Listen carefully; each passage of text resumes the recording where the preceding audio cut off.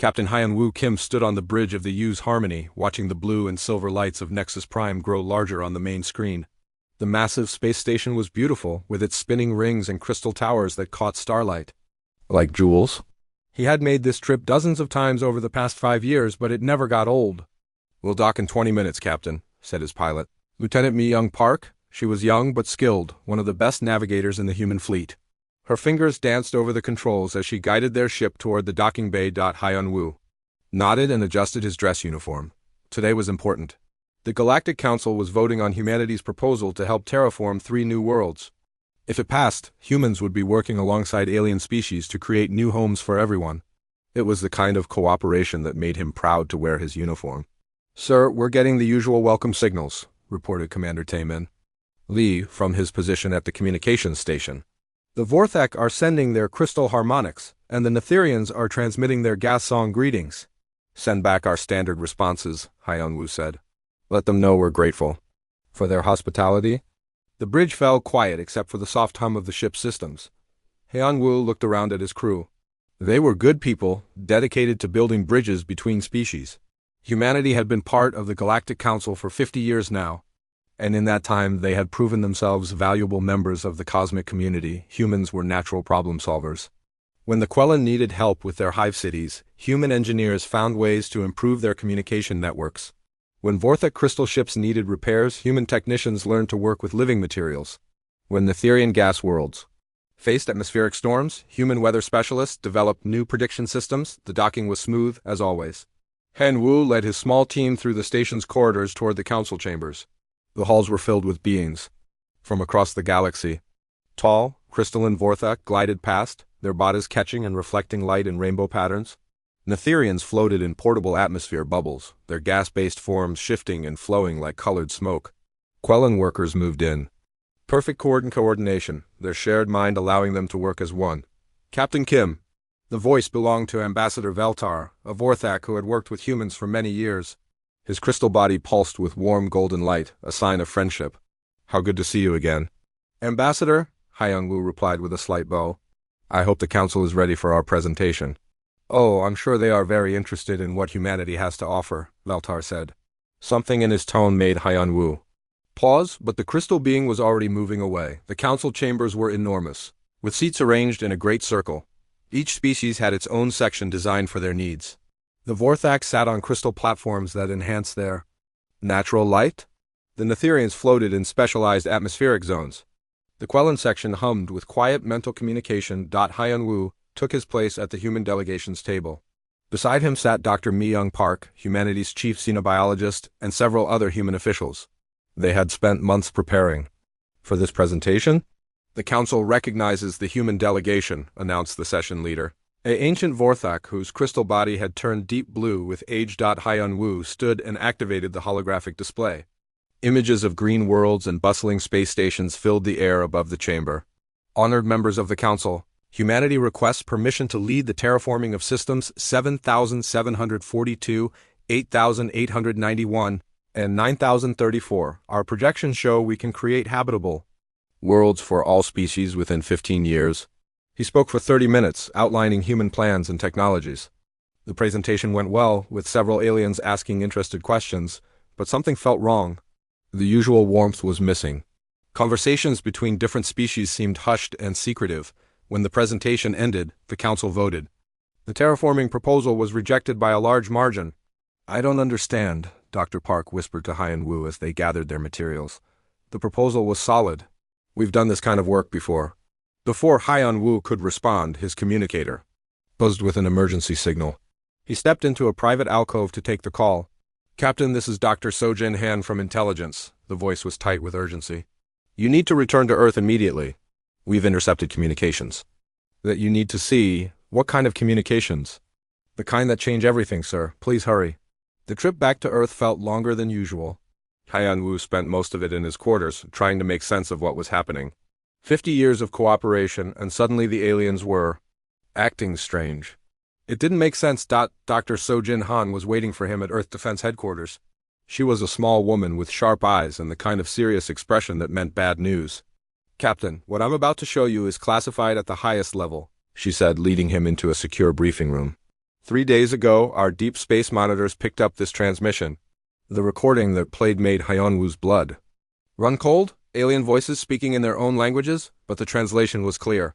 They were discussing something called the Final Directive. Humans were described as unpredictable and dangerous to galactic stability. The vote was unanimous among the major species. Humanity needed to be eliminated before they became too powerful. This can't be real, Hyunwoo said, but he knew. The voices belonged to aliens he had worked with for years, beings he had considered friends. There's more, Dr. Han said grimly. We've detected fleet movements, large ones. They're positioning ships near every major human colony. The attack began 6 hours later. Hyunwoo was in Earth's command center when the reports started coming in. New Sol Colony went dark first, followed by the mining stations at Alpha Centauri. Then the research outposts in the Outer Rim fell silent.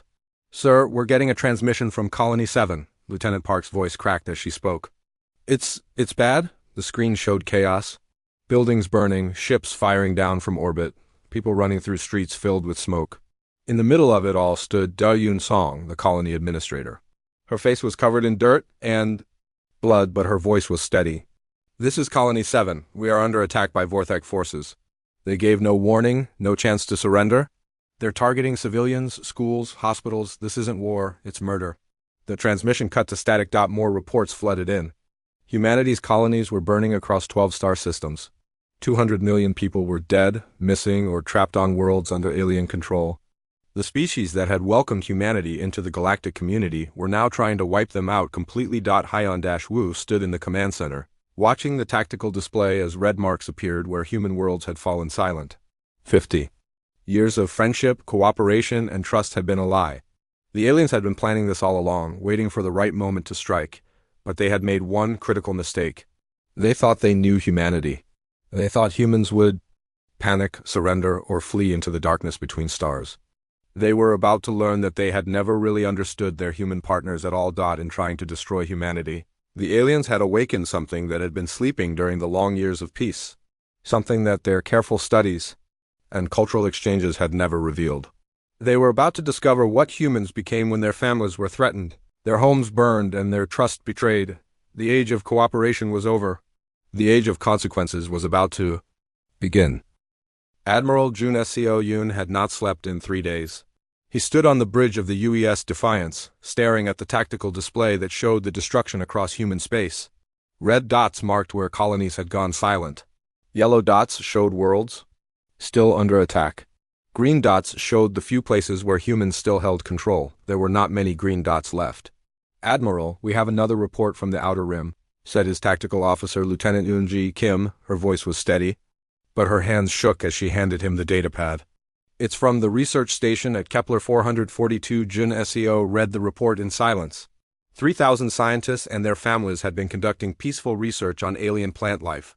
The Quellan had arrived without warning and taken them all prisoner. The last transmission showed human researchers being loaded onto alien ships like cattle. How many is that now? He asked quietly. Over 200 million dead or missing, sir, Eun-ji replied.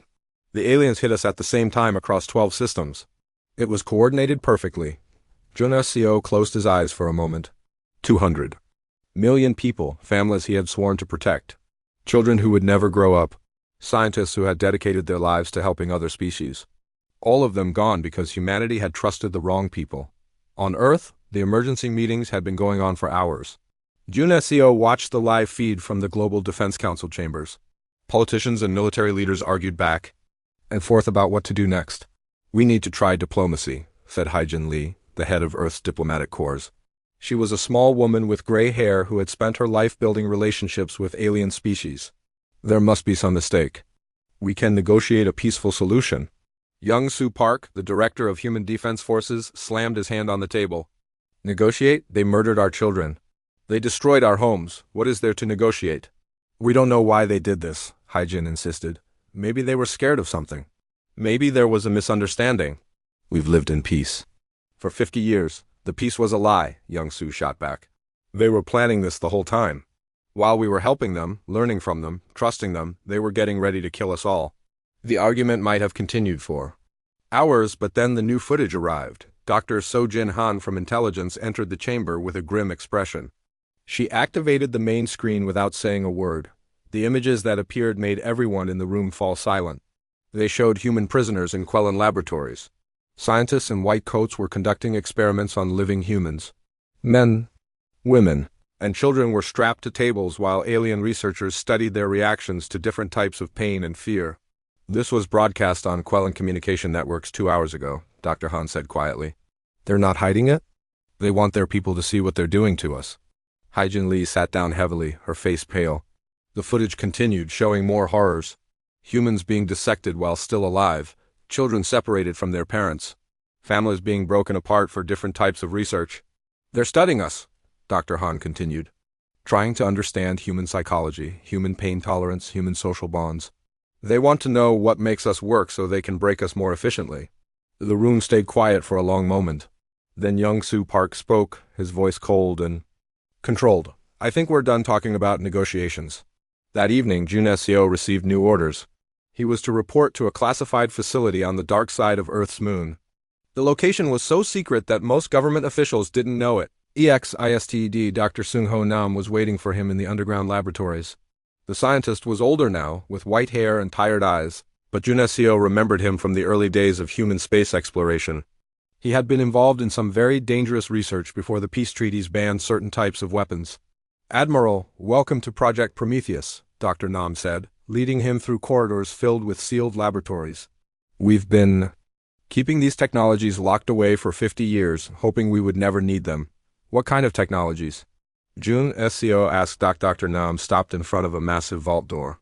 The kind that civilized people don't use, Admiral. The kind that we promised the galaxy we would never build. The kind that turned wars into extinctions. The vault door opened with a heavy rumble. Inside were blueprints and prototypes for weapons that made Jun Seo's blood run cold. Devices that could crack planets open like eggs. Viruses that could target specific alien biology. Ships that could appear inside enemy vessels without warning. We developed these during the first contact period. Dr. Nam explained. We were scared, you see. We didn't know if the aliens were friendly or not, so we built weapons that could destroy them if necessary. Then we met them, learned about them, became friends with them. These weapons seemed unnecessary, even evil. Jun Seo picked up a data pad that showed specifications for something called a stellar torpedo. The weapon could turn a star into a supernova, destroying everything in the system. You kept them all these years? Someone had to, Dr. Nam said quietly. Some of us remembered that humans survived on Earth because we were the best predators on the planet. We hoped we would never need to be predators again, but we never forgot how. Across human space, the word was spreading. In hidden bunkers and secret military bases, projects that had been sleeping for decades were coming back to life. In Sukang, Earth's top military strategist, was mobilizing fleets that had been disguised as merchant ships for 50 years, each. Cargo vessel could transform into a warship within hours on asteroid station Omega. Mining engineer Bio-Ra Choi was leading a group of survivors who had escaped the alien attacks. She stood in the station's main hangar, looking at the industrial equipment around her. We can turn the mining lasers into weapons, she told the other survivors. The ore haulers can carry troops instead of minerals. The processing plants can make explosives instead of refined metals. But we're not soldiers, said one of the refugees, a man whose family had been killed in the attacks. We're miners and engineers and farmers, Bora smiled, but there was no warmth in it. The aliens are about to learn that humans don't need to be soldiers to be dangerous. We've been building and fixing and improving things our whole lives. Now we're going to build something that will make them sorry they ever heard of humanity. On the agricultural world of New Kansas, former Special Forces operator Woojin Park was organizing the farming communities into resistance cells. He had been growing corn and raising cattle for 20 years, trying to forget the soldier he used to be. But when the alien ships appeared in his sky and started bombing his neighbors, the old skills came back like muscle memory. They think, we're weak because we've been peaceful, he told the farmers gathered in his barn. They think 50 years of cooperation means we've forgotten how to fight. They're about to learn the difference between choosing peace and being unable to make war. The transformation was happening everywhere. Humans who had spent decades as diplomats, scientists, and peaceful settlers were remembering older lessons. Lessons about survival, about protecting families, about what happened when predators were cornered. Dr. Donghae Kim, Earth's leading expert on human psychology, sent a message across all communication networks. It was broadcast on every frequency humans could reach, sent to every alien government, every news organization, every military command in the galaxy. You made a mistake, he said, looking directly into the camera. You thought you knew us because you saw us during peacetime. You thought cooperation was weakness. You thought our kindness was stupidity. You thought our desire for friendship meant we had forgotten how to be enemies. His voice was calm, but something in his eyes made the camera operator step back. For 50 years, we showed you the best of humanity. We shared our knowledge, our culture, our friendship. We helped you solve problems and build better worlds. We kept the monsters locked away because we thought we didn't need them anymore. He leaned forward slightly. You wanted to see monsters? You declared war on a species that conquered an entire planet before we ever left our home system. You attacked the descendants of creatures that survived ice ages, plagues, and wars that lasted centuries. You tried to exterminate the children of predators who hunted mammoths and built pyramids and split atoms. The message ended with words that would be remembered across the galaxy for generations to come. Congratulations. You've awakened something that should have stayed sleeping. Now you're going to learn why we kept it caged. Captain Minho Lee had been dead for 3 weeks, according to official records. His ship, the UES Shadow, had been destroyed during the retreat from Colony 7. The aliens had marked him as another casualty in their war against humanity. This was exactly what he wanted them to think. The Shadow was not destroyed. It was floating in the dark between stars, running on minimal power, invisible to alien sensors. Minho and his crew of 30 volunteers had become something new. They were the first unit of humanity's Ghost Division, and they were hunting. Target acquired, whispered Lieutenant Eugen Park from her position at the sensor station. Vorthak supply convoy, 3 ships, no escort. Minho studied the tactical display. The crystal ships were carrying food and equipment to Vorthak forces, occupying human colonies. Standard alien thinking assumed that supply lines were safe in space. They were about to learn how wrong they were. Remember, we leave no survivors and no evidence, Minho told his crew. The aliens need to know they're being hunted, but they shouldn't know by whom. The Shadow moved like its name, sliding between the convoy ships without being detected. Minho's crew had spent years studying alien technology during the peaceful times. Now they were using that knowledge in ways the aliens never expected. The attack lasted 3 minutes. The human ship appeared suddenly, fired weapons that tore through crystal hulls like paper, and disappeared again into the darkness. When the next convoy found the wreckage hours later, there was nothing left but floating debris and no clues about what had happened. On the gas world of Nethys Prime, Subin Park was doing something impossible. She was walking through the floating cities where Netherians lived, breathing their toxic atmosphere, and no one realized she was human. Subin had been a corporate spy before the war, skilled at infiltration and deception.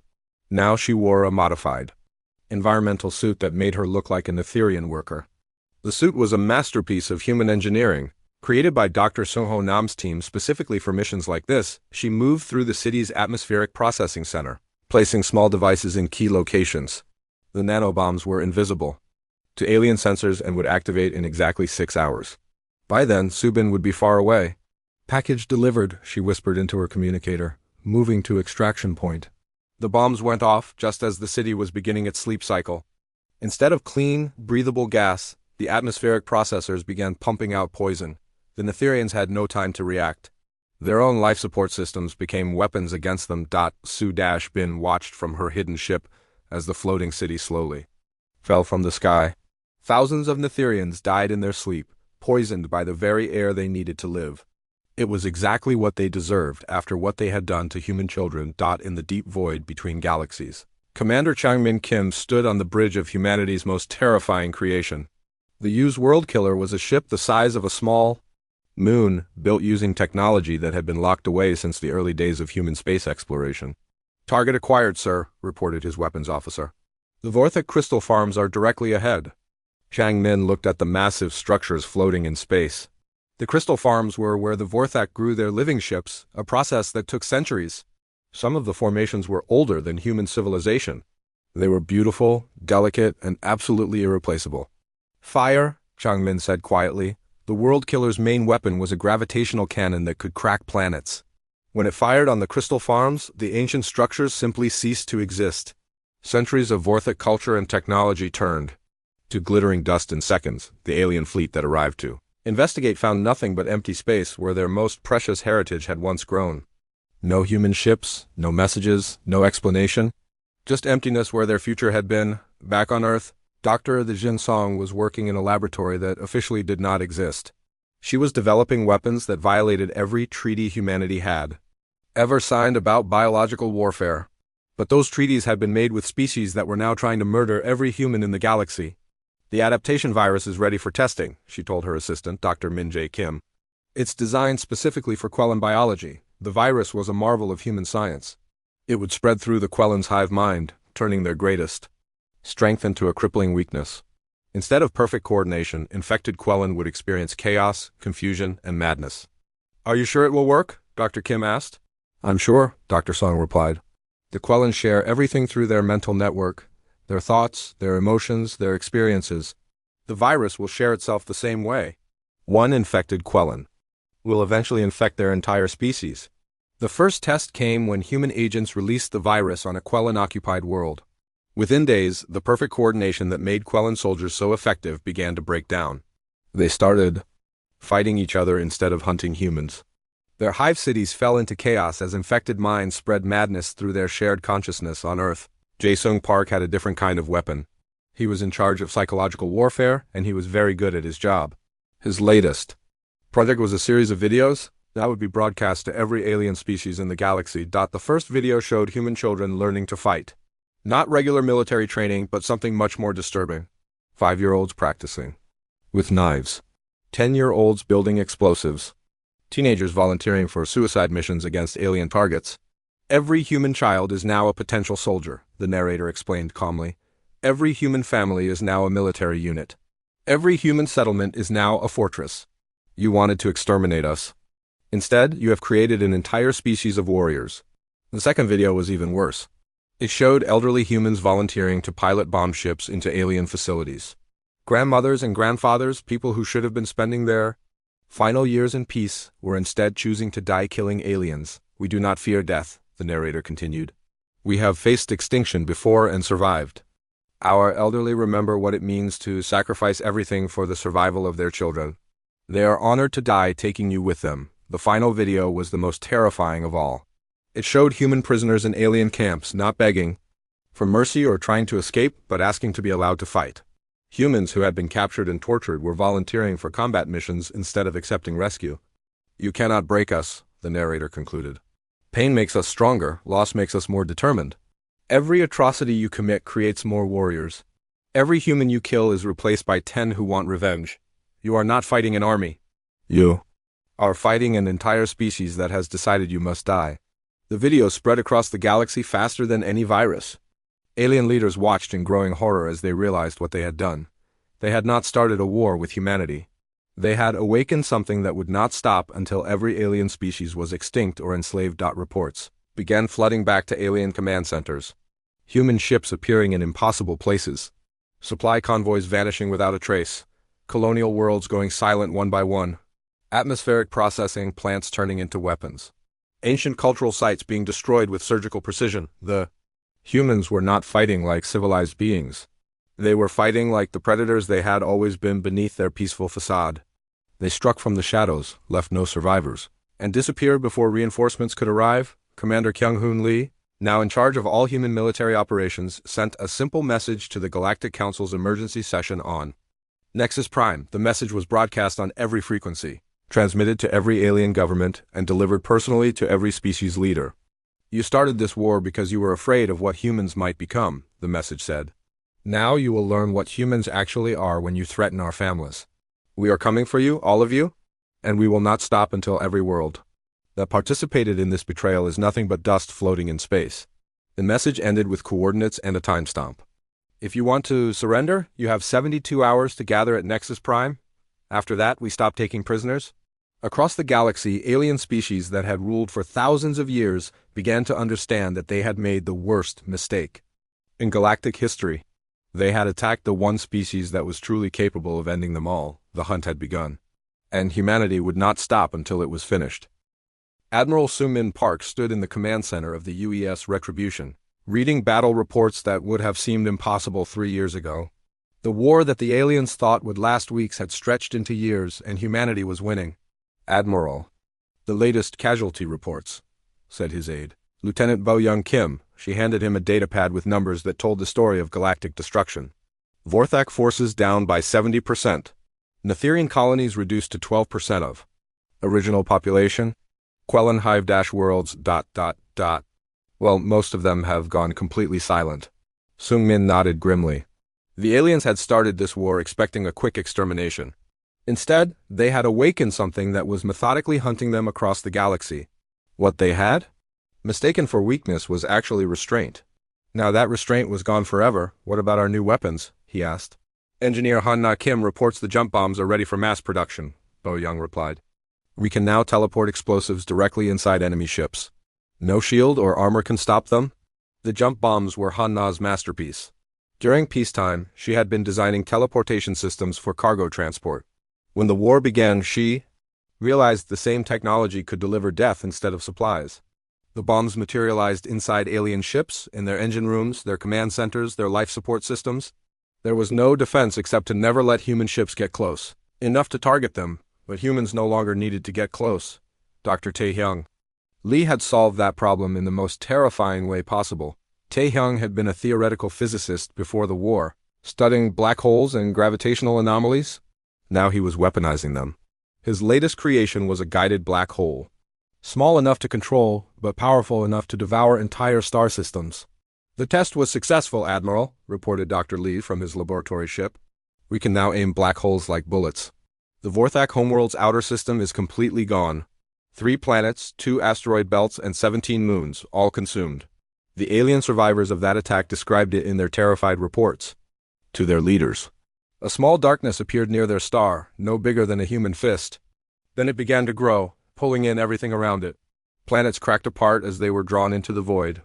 Entire populations screamed for help that would never come as their worlds, disappeared into nothingness on what used to be the Quellan. Homeworld, now called New Hiroshima by human forces, Seo Young Choi was overseeing the construction of a monument. The planet's surface had been turned into a sheet of glass by human orbital bombardment.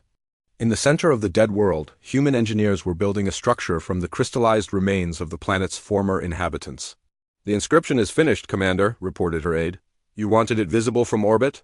Make it bigger, Su Young said, looking at the words carved into the monument. I want every alien ship that passes through this system to be able to read it clearly. The message was carved in over 100 alien languages, but it said the same thing in all of them. Here stood those who thought themselves superior to humanity. Let their fate remind the galaxy that we remember every betrayal, every murdered child, every broken promise. We are the inheritors of this world now, and we will never forgive. The Vorthak homeworld was suffering a different kind of death. Their ancient crystal palaces, grown over thousands of years, were being systematically shattered by Jiwoo Nam and his crystal cracker units. Jiwoo had studied Vorthak architecture during the peaceful years, learning how their living buildings grew and maintained themselves. Now he used that knowledge to destroy them. The resonance frequency is perfect, he reported to his team as another crystal spire collapsed. Their queens are trapped in the lower levels, they can't escape, and they can't rebuild. The Vorthak queens were immortal beings, some over 1,000 years old. They had ruled their species since before humans. Discovered fire. Now they crawled through the ruins of their crystal cities, begging for mercy from beings they had considered primitive animals just years before.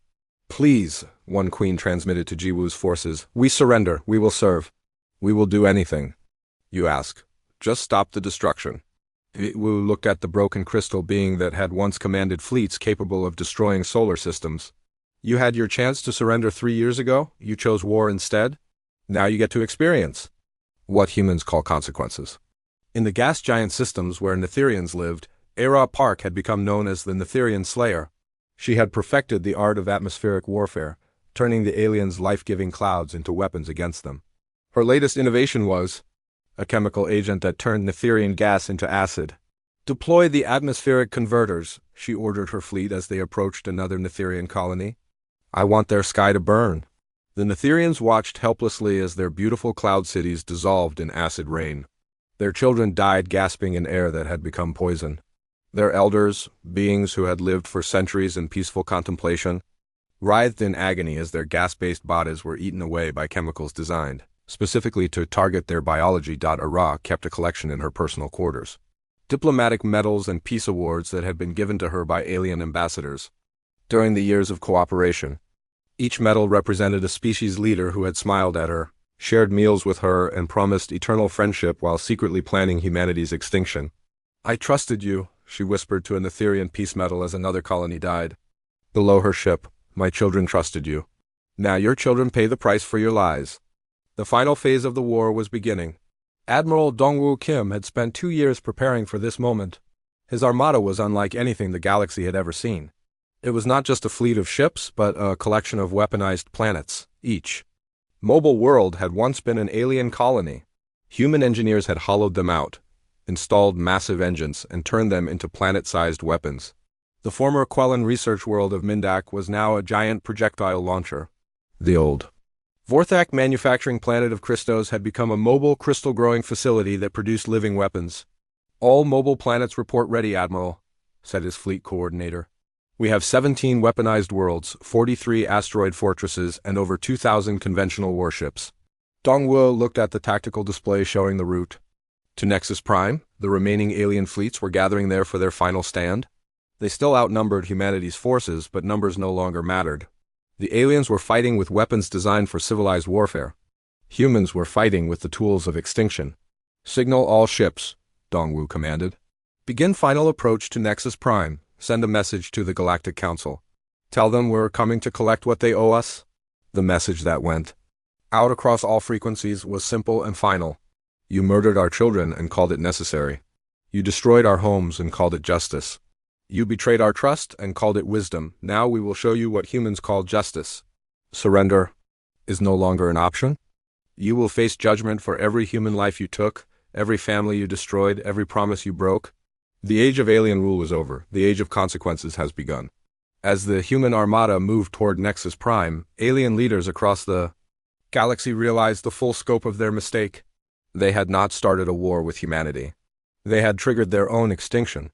The species that had ruled the galaxy for thousands of years were about to learn what happened when they threatened the wrong predators.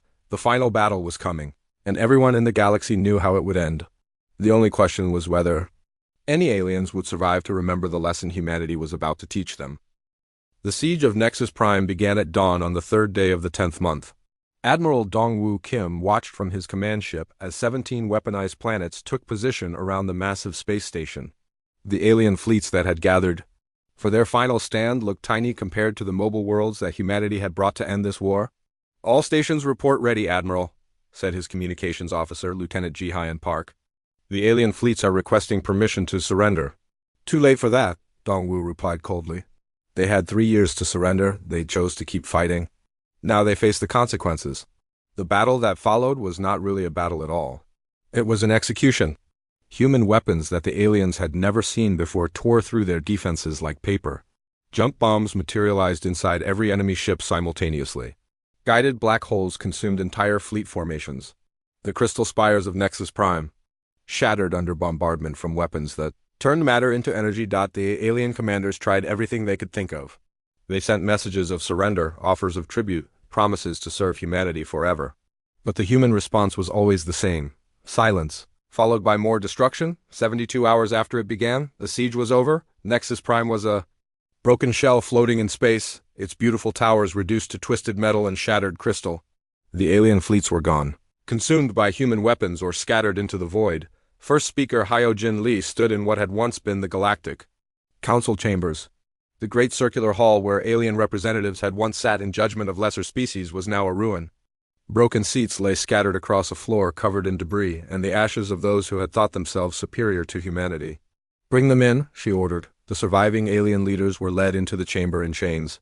These were beings who had ruled star systems for thousands of years, who had commanded fleets capable of destroying planets, who had considered themselves gods compared to younger species. Now they knelt in the ruins of their power, wearing the restraints that human engineers had designed specifically for each species. Il Sung Park, humanity's new Minister of Alien Affairs, read the terms of surrender from a document written in human script. There would be no translation provided. If the aliens wanted to understand their fate, they could learn human languages. "You are no longer citizens of your own worlds," Il Sung announced. "You are no longer members of any government. You are no longer entitled to rights, property, or protection under any law. You exist now only at the pleasure of humanity, and that pleasure depends entirely on your usefulness." The Vorthak queen, who had once ruled 1,000 crystal worlds, raised her crystalline head with the last of her ancient pride. "This is not justice," she said in broken human speech. "This is revenge." Ilsung looked down at her with the same expression humans might use when looking at an insect. "You are correct, this is revenge. Justice would have been stopping after we defended ourselves. Justice would have been accepting your surrender when you first offered it. Justice would have been showing you the same mercy you showed our children."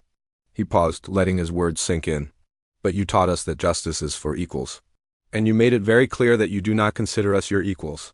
So instead of justice, you get revenge. Instead of mercy, you get consequences. Instead of, rights, you get to serve the species you tried to exterminate."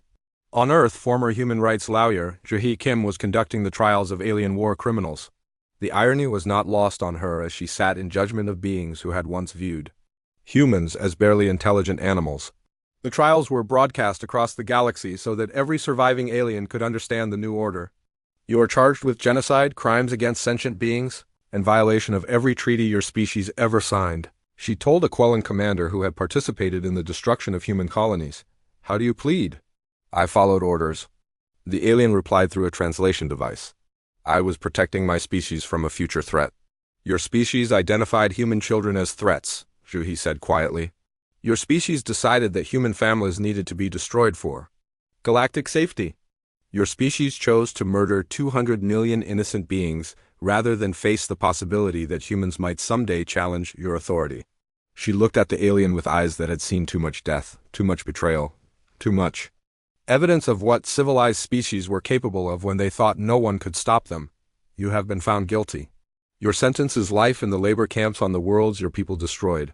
You will spend the rest of your existence rebuilding what you helped tear down. If you live long enough to finish rebuilding one world, you will be moved to the next. This will continue until every human colony you destroyed has been restored or until you die from exhaustion." Across human space, Dr. Byung-ho Song was establishing the Human Genetic Preservation Institute. His mission was to ensure that humanity never again forgot the lessons they had learned about alien trustworthiness and the necessity of strength. "Every human child will learn about the great betrayal," he told his staff of teachers and scientists. "They will know that other species tried to exterminate us while pretending to be our friends. They will understand that peace is only possible when potential enemies fear the consequences of betrayal." The Institute's schools were built on former alien worlds, often on the ruins of alien cities. Human children learned their lessons while playing in the ashes of species that had underestimated their parents. They studied mathematics using examples of orbital bombardment calculations. They learned biology by examining preserved alien specimens. They practiced languages by translating the surrender documents of defeated enemies. "Why did the aliens try to kill us?" asked a young girl during one of Dr. Song's lectures. "Because they were afraid of what we might become," he replied. "They saw our potential and decided it was safer to destroy us than to compete with us. They were right to be afraid, but wrong to act on that fear. Are we the bad ones now?" asked another child. Dr. Song smiled, but it was not a kind expression. "There are no bad ones and good ones, child. There are only the strong and the weak, the smart and the stupid, the survivors and the extinct. The aliens chose to be our enemies when they could have remained our friends. We chose to survive when they expected us to die. History will judge which choice was wiser." On the former alien homeworlds, 1J Park oversaw the greatest expansion in human history. Billions of humans were moving to worlds that had once been forbidden to them, taking over the cities and farms and factories that aliens had built over thousands of years. "The Vorthic crystal palaces make excellent human housing after modification," he reported to Earth's government. "The Netherian atmospheric processors can be converted to support human breathable air. The Quellan hive cities work well as manufacturing centers when operated by human workers instead of alien minds." The expansion was not just about territory. It was about erasing the memory of alien civilization and replacing it with human culture. Alien art was melted down to make human tools. Alien libraries were burned and replaced with human books. Alien monuments were demolished and human memorials built in their place. Na Young Kim tended the memorial of betrayal in the center of what had once been the Galactic Council's capital city. The garden contained a flower for every human colony that had been attacked, every human life that had been lost, every family that had been destroyed by alien treachery. Visitors came from across the galaxy to see the memorial. Newly discovered alien species arrived with gifts and promises of friendship, desperate to avoid the fate of their predecessors. They read the inscriptions carved in stone around the garden's borders, messages in hundreds of languages that all said the same thing. Here lies the trust between species. Here died the dream of galactic cooperation. Here began the age of human dominance. Let all who come after remember, we offered our hand in friendship, and they tried to cut it off. We will not make that mistake again. Emperor Sejun Lee, Humanities, first galactic ruler, addressed the scattered species from his throne room in the rebuilt capital. The throne itself was carved from the fossilized remains of the last Galactic Council president, a Vorthok who had personally signed the order for humanity's extermination. You called us violent, he said, his voice reaching every populated world in the galaxy. You called us unpredictable, you called us dangerous. You were right on all counts. But you made one critical error in your calculations. He leaned forward on his throne of alien bones. You assumed these traits made us evil. You never considered that they might make us survivors. You judged us by your own standards of civilization and found us wanting. But your civilization is dead now, and ours rules the galaxy. The broadcast ended with words that would be carved into monuments on 1,000 worlds. Words that would be taught to alien children in human schools. Words that would define the relationship between species for generations to come. We offered you partnership and you chose war. We offered you equality and you chose superiority. We offered you our friendship and you chose our extinction. Now you live in the galaxy we built with our rage. Remember this lesson, for we will not teach it twice.